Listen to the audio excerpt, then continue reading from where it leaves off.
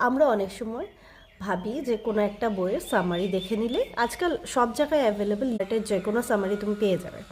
But problem is that যে তুমি যতই সামারি পড়ো, যতই মুভি দেখো, তুমি যতক্ষণ না পর্যন্ত বইটা নিজে পড়ছো, যতক্ষণ না পর্যন্ত বইটা নিজে অ্যানালাইসিস করছো, সেটা কিন্তু তোমার কখনোই ফ্রুটফুল হবে না। তুমি ততটা নিতে পারবে না বইটার থেকে যতটা তুমি আশা করছো।